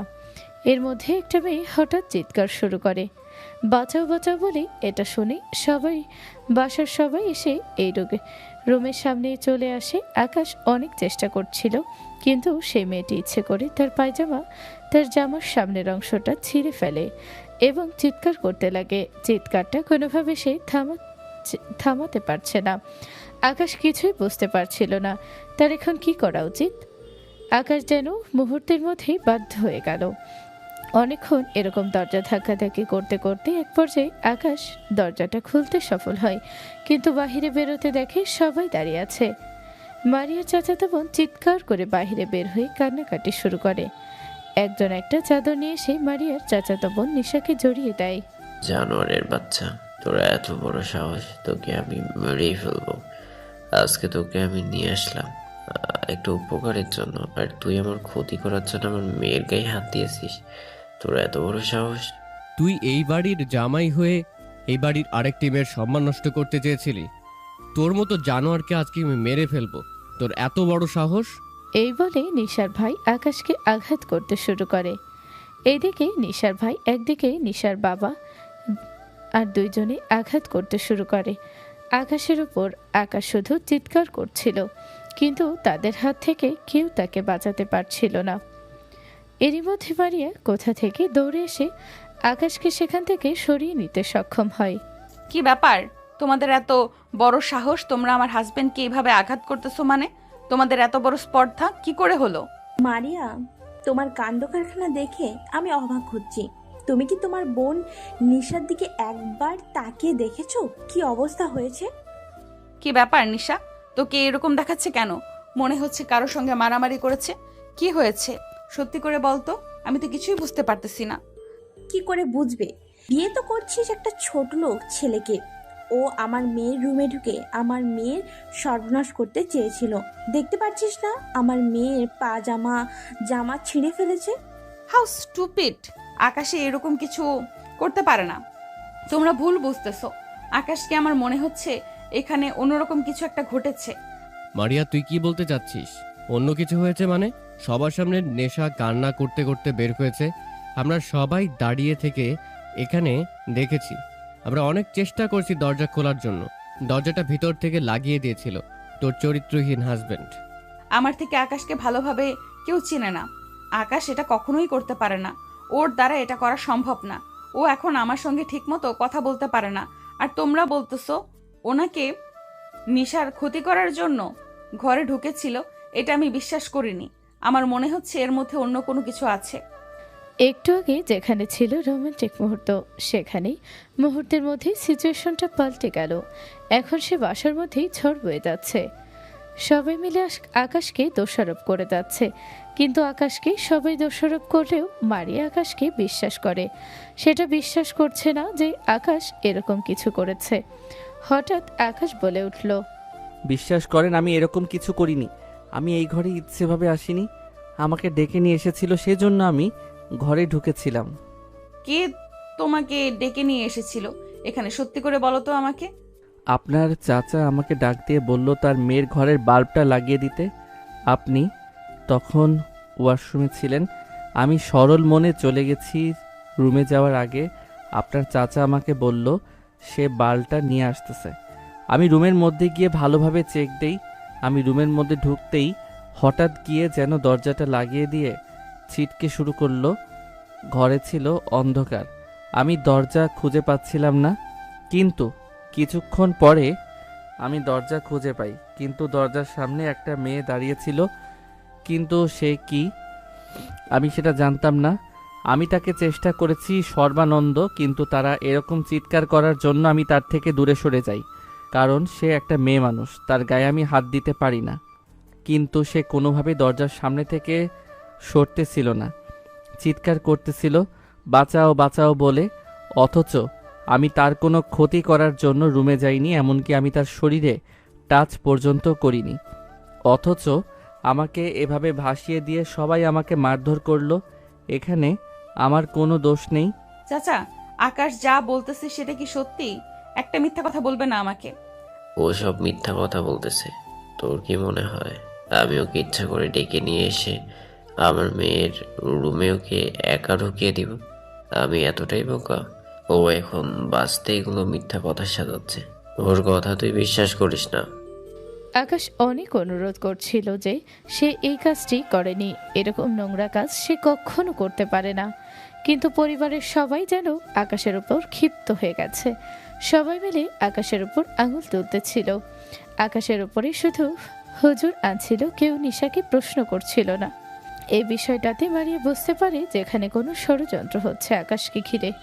আচ্ছা নিশা, আমাকে সত্যি করে বল, তুই একটা মেয়ে, আমিও একটা মেয়ে, আর তুই যার উপর অভিযোগ আনতেছিস সে আমার হাজবেন্ড হয়। আকাশকে সত্যি সত্যি তোর সঙ্গে খারাপ ব্যবহার বা খারাপ কিছু করার চেষ্টা করেছিল? হ্যাঁ আপু, সত্যি তোমার হাজবেন্ড আমার রুমে এসে আমার সঙ্গে খারাপ কাজ করতে এসেছিল। আমাকে বা যেভাবে কাজ করেছে দেখতেছেন, আমার জামা কাপড় ছিঁড়ে ফেলেছে। সবই বুঝতে পারলাম, কিন্তু তুই কথা বলতেছিস আর এভাবে কাঁপতেছিস কেন? সত্যিটা আমাকে বলতেছিস তো? তুমি আমাকে বিশ্বাস করতেছো না আপু? আমি তোমাকে মিথ্যে কথা বলতে পারি বলো? আর এখানে তো শুধু আমি না, সবাই দেখেছে আমি কিভাবে রুম থেকে বের হয়েছি। মারিয়ার আর বুঝতে বাকি রইল না যে সবাই মিলে আকাশকে ছোট করার, তার থেকে দূরে নেওয়ার চেষ্টা করছে। মারিয়া সবকিছু বুঝে যায়। কিছুক্ষণ ভেবে তারপরে সবাইকে আবার জিজ্ঞেস করতে শুরু করলো, আচ্ছা সবাই আমাকে একটা কথা বলুন, আমার বিয়ে হয়েছে মাত্র 2 দিন হলো। এর আগে এই বাসায় আকাশ কখন আসে, এই বাসায় কে কে থাকে সে কিছুই জানে না। এমনকি আমার চাচাকেও সে ঠিক মতো চিনে না। কি ব্যাপার মারিয়া, তুই কি বোঝাতে চাচ্ছ? সবকিছু ক্লিয়ার করে বলো তো। তোমার কথাতে অন্যরকম একটা গন্ধ পাচ্ছি। সে আপনি অন্যরকম গন্ধ পেতে পারেন, কিন্তু আমার প্রশ্ন হচ্ছে যে ছেলেটা এই বাসায় প্রথম এসেছে, এর আগে কখনো বাসাতেই আসেনি, তাহলে ও কিভাবে নিশার রুম চিনতে পারলো? দরজাটা তো লাগানো ছিল, তাহলে ও কিভাবে বুঝলো যে ঘরের নিচে থাকে? আর নিশার হাত পাও মুখ, আমার কোনো কিছুই দেখে মনে হচ্ছে না যে আকাশ নিশার সঙ্গে কোনো জোরপূর্বক কিছু করার চেষ্টা করেছিল। আর নিশার কথাবার্তা শুনে মনে হচ্ছিল যে ও মিথ্যা কথা বলতেছে। এটা সম্পূর্ণ একটা চাল আমার হাজবেন্ডকে সবার সামনে ছোট করতে আর আমার থেকে আলাদা করার জন্য এই প্ল্যানটা করেছে। এখন আমার একটাই প্রশ্ন, এই প্ল্যানটা কার? সবকিছু সত্যি করে বলে দিলে ভালো হবে, না হলে কিন্তু পরিণতি অনেক খারাপ হবে। মারিয়ার এরকম হুমকির মতো কথা শুনে সবাই অবাক হয়ে যায়। মারিয়ার কথার জবাব কেউ দিতে পারছিল না। সবার জন্য মাথাটা নিচের দিকে নেমে গেল।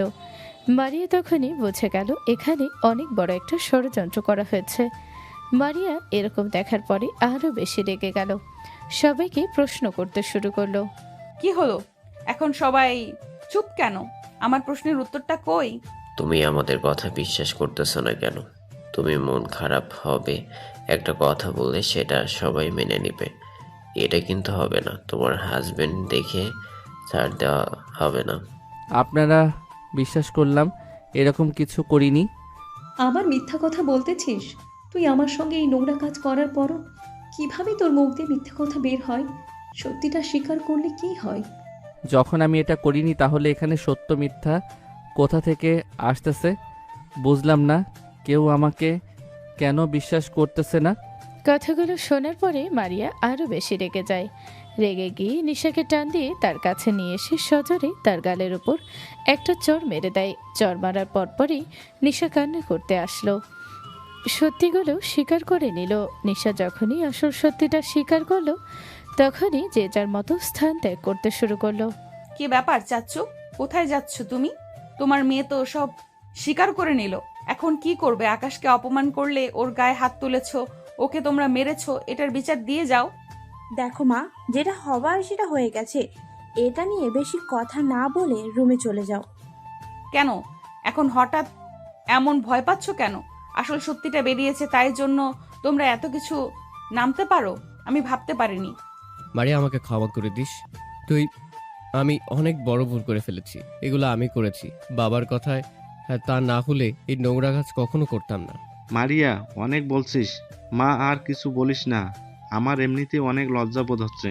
চাচ্চু, এই লজ্জাবত্তা যদি এই কাজটা করার আগে তোমরা ভাবতে তাহলে আর এই সময় আমাদের দাঁড়িয়ে থাকতে হতো না। তোমরা আমার হাজবেন্ডকে এইভাবে অপমান করবে আর আমি সেটা চুপচাপ মেনে নেব, তা হবে না। আমি তোমাদের একজনকেও ছাড়বো না, আমি তোমাদের সবাইকে দেখে নিব। যদি দেখতে হয় আগে তাহলে তোমার আব্বুকে দেখো, ওই সব কিছুর পিছনে তার হাত আছে। মারিয়া কথাটা শোনার পরপরই যেন স্তব্ধ হয়ে গেল। তার মুখের ভাষা হারিয়ে ফেলল। সে তার বাবা এই কাজ করেছে এটা শোনার পরে তার মাথায় যেন আকাশ ভেঙে পড়ল। তার বাবা যে কাজ করেছে সেটা এখনো সে মানতে পারছে না। তাহলে আব্বুর সঙ্গে জড়িত, বুঝতে পেরেছি। এই পরিবারের সবাই এখন আমার আর আমার হাজবেন্ডের ক্ষতি করার জন্য উঠে পড়ে লেগেছে। আমি সবাইকে দেখে নিব, বলে দিলাম তোমাদেরকে। আচ্ছা, আপনি এখন চলেন। অনেক হয়েছে যে ষড়যন্ত্র আমার জন্য করেছে, আমি বিষয়গুলোতে কিছু মনে করিনি। আপনি এখন চলুন। তুমি আসলে মানুষ নাকি? তোমাকে সবাই মিলে অপমান করলো আর তোমাকে এত খারাপ জায়গায় ফাঁসিয়ে দিল, তারপরেও তুমি রাগ দেখাচ্ছ না? তুমি কি মানুষ নাকি অন্য কিছু? বলো তো আমাকে। যে কাজ আমার সঙ্গে করেছে এটার বিচার একদিন উপরওয়ালাই করবেন।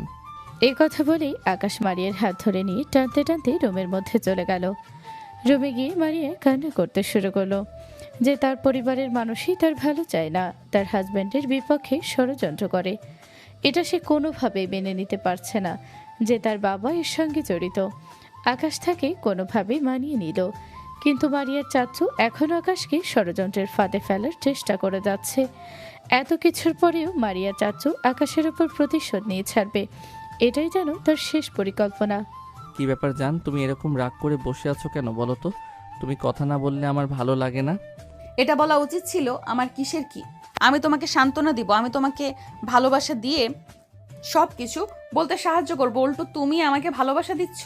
তুমি আসলে অন্যরকম একটা মানুষ। যেটা হয়ে গেছে সেটা এখন ভুলে যাও। এখন সামনের বিষয় নিয়ে ভাবতে হবে আমাদের। তাহলে শোনো, তোমার মনটা ভালো করে দেই। আজকে আমরা বাইরের রেস্টুরেন্টে গিয়ে খাওয়া দাওয়া করব। তাই নাকি? এটা তো সুন্দর একটা প্ল্যান। আমি মনে মনে এটাই ভাবছিলাম যে আজকে একটু বাইরে গিয়ে খাওয়া দাওয়া করব। তাহলে তো ভালোই হলো, আমি তোমার মনের কথাটা বলে দিলাম। তাহলে চলো, বেশি দেরি না করে বের হয়ে আমরা এখন। আচ্ছা ঠিক আছে, তাহলে আমি রেডি হচ্ছি। তুমি তাহলে একটু অপেক্ষা করো, আমি আম্মুর কাছ থেকে টাকা নিয়ে আসি। এই কথা বলেই মারিয়া চলে গেল তার আম্মুর রুমে। তার আম্মুর রুম থেকে টাকা নিয়ে আসার সময় দেখে আকাশ নিশার রুম থেকে বের হয়ে তাদের রুমের দিকে যাচ্ছিল। মারিয়ার তখন সে বিষয়টাতে বেশি একটা মনোযোগ দেয় না, মানে ভেবেছিল হয়তোবা চাচ্চু তাকে আবার দেখেছিল ক্ষমা চাওয়ার জন্য। সে তাই ঘরে এসে আকাশকে জিজ্ঞেস করে, তুমি আমার নিশার রুমে গিয়েছিলে কেন? না কিছু না, এমনিতেই গেছিলাম আর কি। আর আমি তো তোমার বোনের রুমে যাইনি, আমি এমনিতে একটু বাইরে গেছিলাম। ও আচ্ছা, তাহলে রেডি হয়ে নাও তাড়াতাড়ি। ও তুমি কি রেডি হবে? তুমি তো অলরেডি রেডি হয়ে বসে আছো দেখতেছি। আমার তো তাহলে লেট হয়ে গেল, একটু অপেক্ষা করো, আমি রেডি হচ্ছি। আকাশ আর মারিয়া রেডি হয়ে দুইজন রেস্টুরেন্টের উদ্দেশ্যে রওনা হয়ে গেল। তারা দুজন অনেক হাসি খুশিভাবে একজন আরেকজনকে জড়িয়ে ধরে একটা রিক্সা নিয়ে রেস্টুরেন্টের দিকে চলে গেল। রিক্সায় উঠে একজন আরেকজনকে জড়িয়ে ধরে গুনগুন করে গান শোনাতে শোনাতে রেস্টুরেন্টের সামনে পৌঁছে গেল। এ রিক্সা ভাড়া দিয়ে রেস্টুরেন্টের ভিতরে গিয়ে খাবার অর্ডার দিল। এরই মধ্যেই আকাশের মোবাইলটা বেজে ওঠে। পকেট থেকে ফোনটা বের করে দেখে তার বন্ধু ঈশান ফোন করেছে। কেউ পাশেই আছে, তাই আকাশ তার বন্ধু ঈশানকে রেস্টুরেন্টে আসতে বলে। আরে ঈশান যে, কেমন আছো তুমি? তো দেখাই পাওয়া যায় না। এই তো ভাবি, আলহামদুলিল্লাহ অনেক ভালো আছি। আপনি কেমন আছেন? আমি তো এখানে এসে আপনাদের মাঝখানে কাবাব মেয়ে হাড্ডি হয়ে গেলাম। আমার মনে হয় এখানে আসা উচিত হয়নি। আরে কি বলতেছো এগুলো? আসা উচিত হয়নি মানে? একসাথে আড্ডা দিব, খাওয়া দাওয়া করব, এটার তো অনেক মজা। আমি তো বুঝতে পারতেছি তোর এখানে কেন এসে বিরক্ত লাগতেছে। নে শালা, সারা জীবন তো ছ্যাঁচড়ামি করে গেলি। বিল নিয়ে কোনো টেনশন করিস না, বিল আমি দেব, সমস্যা নাই। আরে তুই তো দেখতেছো আমার মান সম্মান নষ্ট করে দিলি। আমি কি এতই ছ্যাঁচড়া নাকি যে বিলের জন্য ভয় পাবো? আজকে সব টাকা আমি দেব, সমস্যা নেই। কি বলতেছো তুমি? টাকা দিয়ে মানে? টাকা দিব আমি? তোমার কোনো টাকা দিতে হবে না, তুমি শুধু খাওয়া দাওয়া করো। ভাবি, একদিন আপনাদের বাসায় ইনভাইট করে নিয়েও গেলেন না। বিয়ের পর থেকে অনেক চাপ যাচ্ছে, তাই কাউকে বলতে পারিনি। তাহলে এখানে খাওয়া দাওয়া করে আজকে তাহলে আমাদের বাসায় দিয়ে ঘুরে যাও। বললেন যখন আজকে, তাহলে অবশ্যই যাব। আমাকে আর দ্বিতীয়বার বলতে হবে না, আমি রেডি আপনাদের সঙ্গে যাব। মারিয়া, আকাশ, ঈশান অনেক আনন্দ নিয়ে মজা করতে করতে খাওয়া দাওয়া শেষ করে বিল দিয়ে ঈশানকে নিয়ে তাদের বাসায় যাচ্ছিল। তারা তিনজনে আড্ডা দিতে দিতে বাসার দিকে যাচ্ছিল। বাসায় গিয়ে সরাসরি তাদের রুমে নিয়ে যায়। বাহ ভাবি, আপনার রুমটা তো দেখতেছি অনেক সুন্দর করে সাজানো। আপনার চয়েস আছে বলতে হবে। যাক, তোমার তো আমার রুম পছন্দ হয়েছে। তোমার বন্ধু তো একবারও বলে না যে এই রুমটা অনেক সুন্দর করে সাজিয়েছি আমি। কথা বলতেছো তোমরা দুইজন, আর মধ্য থেকে আমাকে ফাঁসিয়ে দিলে না? কিরে, তাই বলে ভাবির একটু প্রশংসা করিস না? রুমটা কত সুন্দর করে সাজিয়েছে। বিয়ে তো এখনো করিসনি, তাই বুঝতে পারিস না বউ কাকে বলে। বিয়েটা কর, তারপরে বুঝতে পারবি বউ কি জিনিস। তার মানে কি আমি তোমাকে জ্বালাই নাকি সব সময়? এর মধ্যে হঠাৎ করে মারিয়ার আম্মু দরজার বাহিরে থেকে ডাকতে শুরু করলো।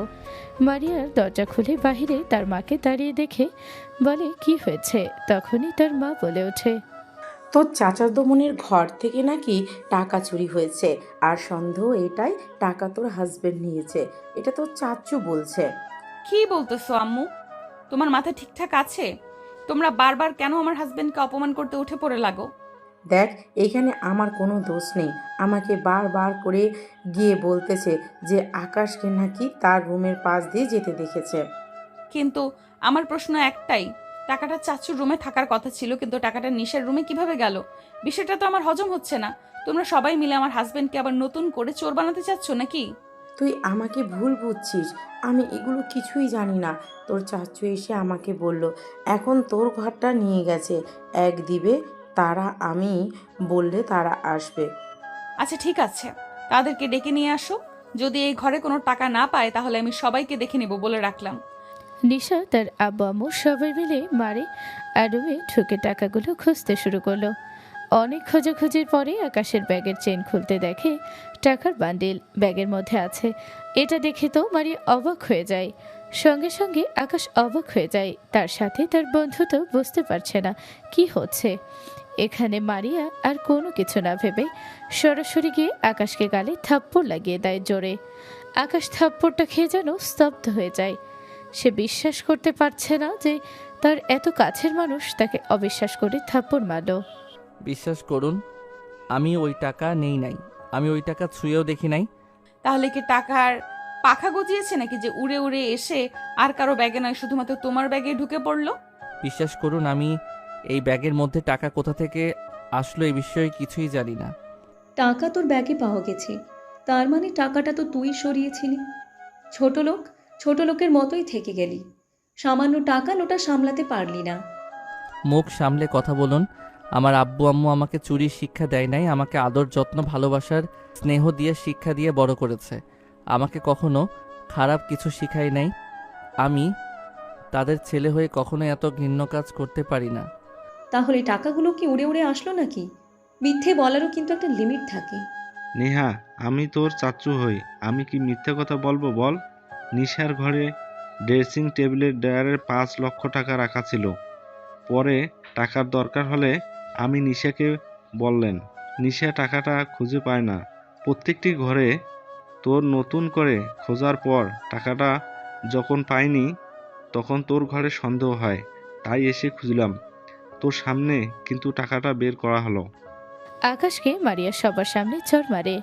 এটা দেখার পরে ঈশান অবাক হয়ে যায়। যাকে এত ভালোবাসে তাকে এভাবে চড় মারল। মারিয়া চড় মারার পর উচ্চস্বরে চিৎকার করতে শুরু করলো। সে আকাশকে উদ্দেশ্য করে বলছে আর কখনোই যেন তার ওই মুখ মারিয়াকে না দেখায়।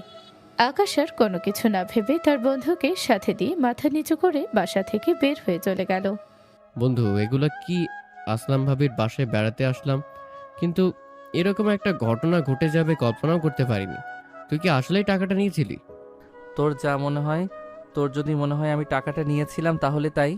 রাগ করতেছিস কেন? আমি জানি তুই এই টাকাটা নিসনি। কিন্তু কে, আমি সেটাই বুঝতে পারতেছি না। আমার সঙ্গে কেন বারবার এমন হয়? যাই হোক, মারিয়া যেহেতু আমাকে ভুল বুঝেছে তাই আর মারিয়ার সঙ্গে কোনো যোগাযোগ করব না। আমাদের সম্পর্কের মধ্যে অলরেডি ফাটল ধরে গেছে।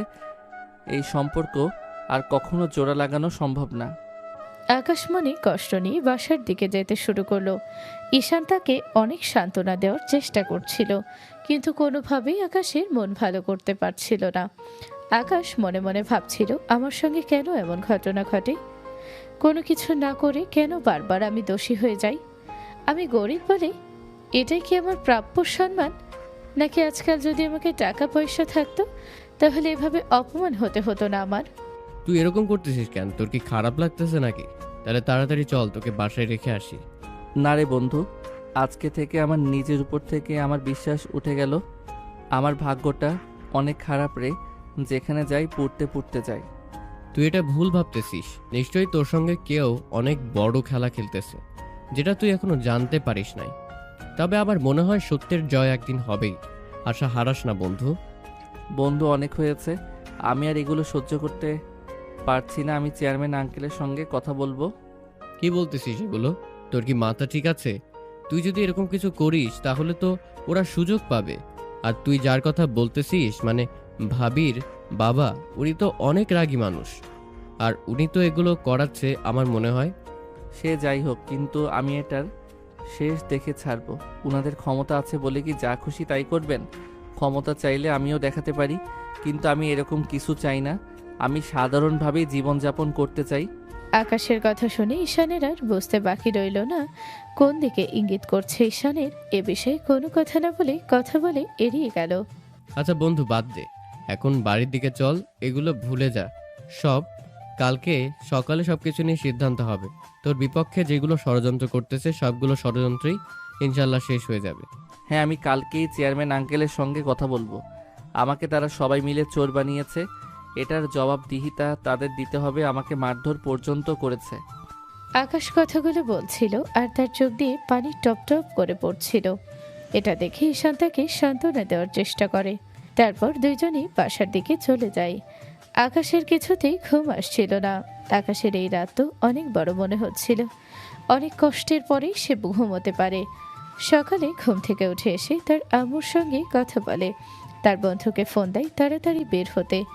তারা আজকেই চেয়ারম্যান তথা মারিয়ার বাবার সঙ্গে কথা বলবে, কিন্তু তার মা বাধা দেয় তাকে। দেখ বাবা আকাশ, ওরা কিন্তু ভালো মানুষ নয়, ওদের সঙ্গে তুই পেরে উঠবি না। আমি একটা কাজ করতেছি, তোর বাবাকে ফোন করতেছি। না আম্মু, বাবাকে ফোন করতে হবে না, আমি একাই যাব। সাথে আমার বন্ধু আছে, সমস্যা নাই, তুমি চিন্তা করো না। ওদের অহংকার আজকে শেষ করে আসবো। আচ্ছা ঠিক আছে, তুই তো মানবি না, যাকে ওখানে পাঠাতে হবে আমি তাকেই ফোন করতেছি।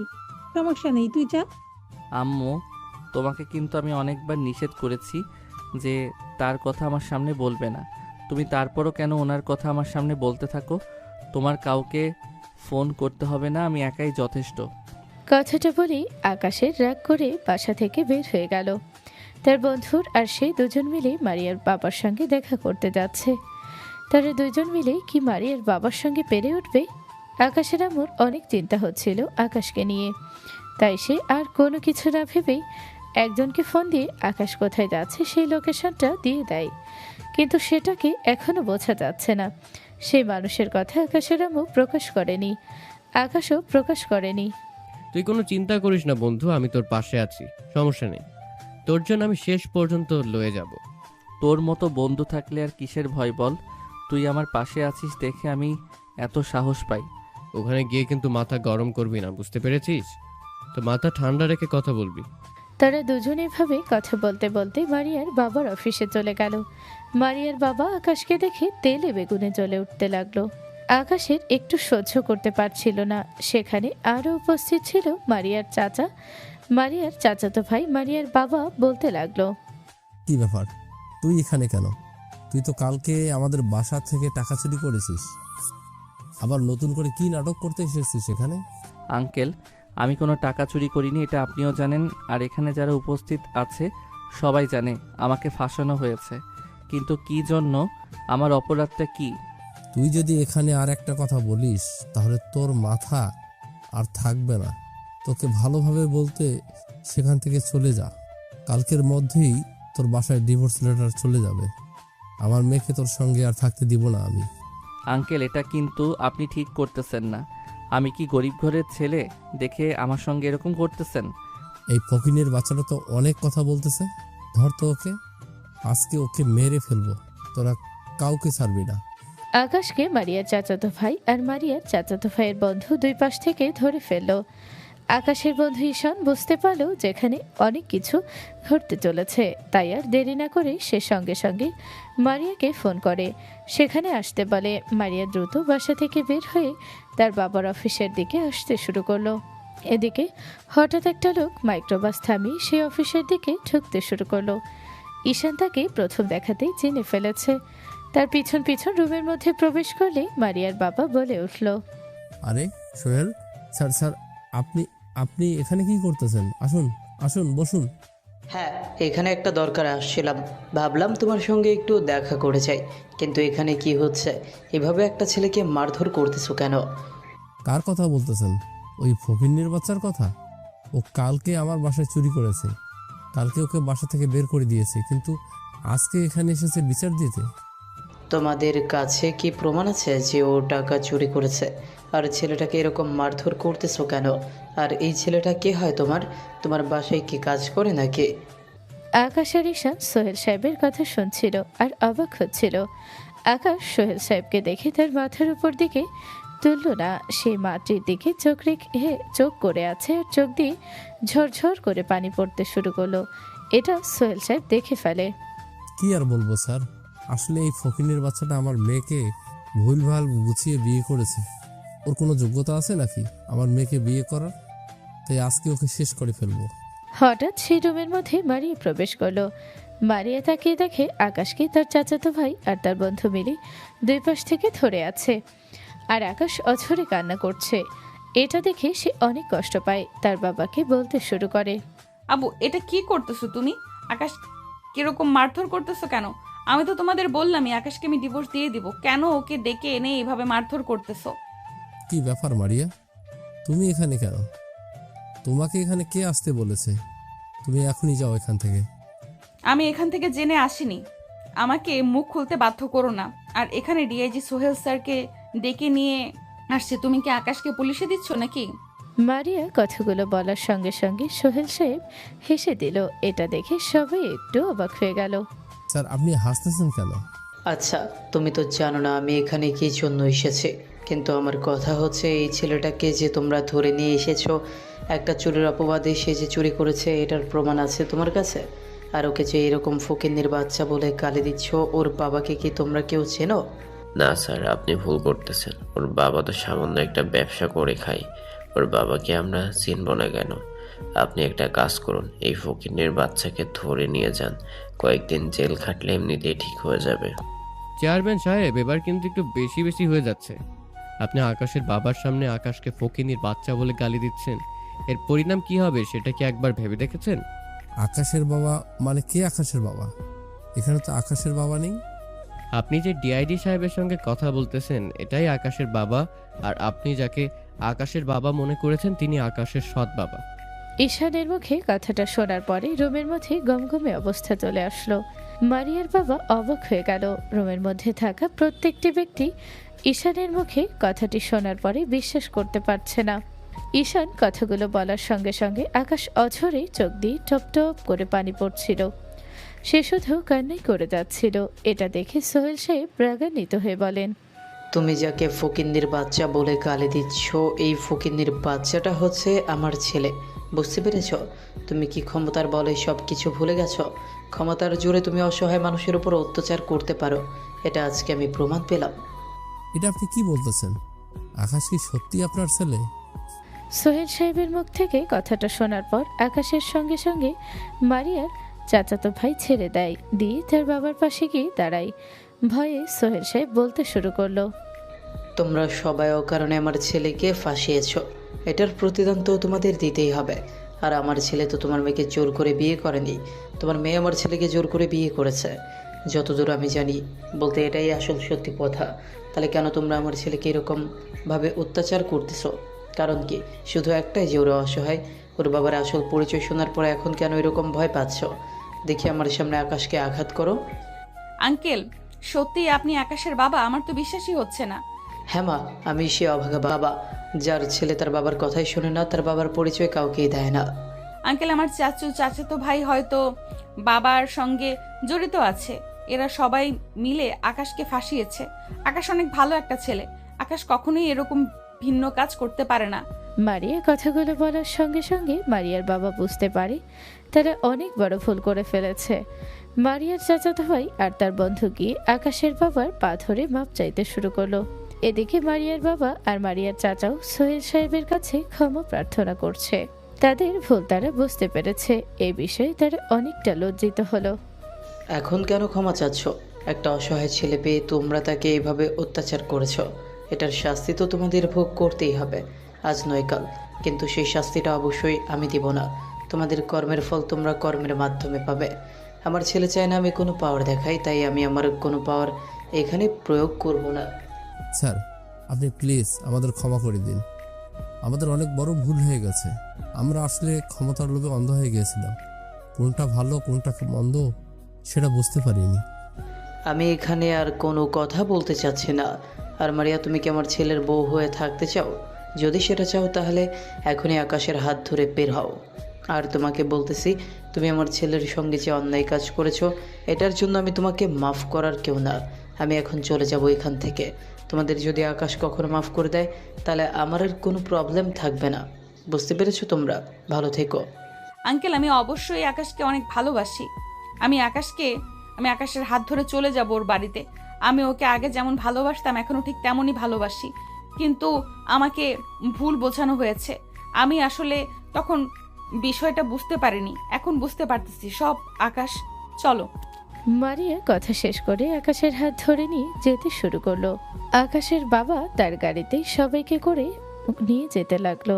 আকাশ গাড়ির পিছনে উঠে পড়ে। মারিয়া আকাশের চোখের পানি মুছে দিতে শুরু করলো। আকাশ ধীরে ধীরে মারিয়ার বুকে মাথা দিতে শুরু করলো। মারিয়া খুব আদরের সঙ্গে আকাশকে আদর করতে শুরু করলো। দুজনকে কিস করতে শুরু করলো। যখনই সোহেল সাহেব গাড়ির মধ্যে প্রবেশ করতে লাগলো তখনই বিষয়টা খেয়াল করে সে আর গাড়ির মধ্যে প্রবেশ করে না, বাহিরে গিয়ে দাঁড়িয়ে পড়ে।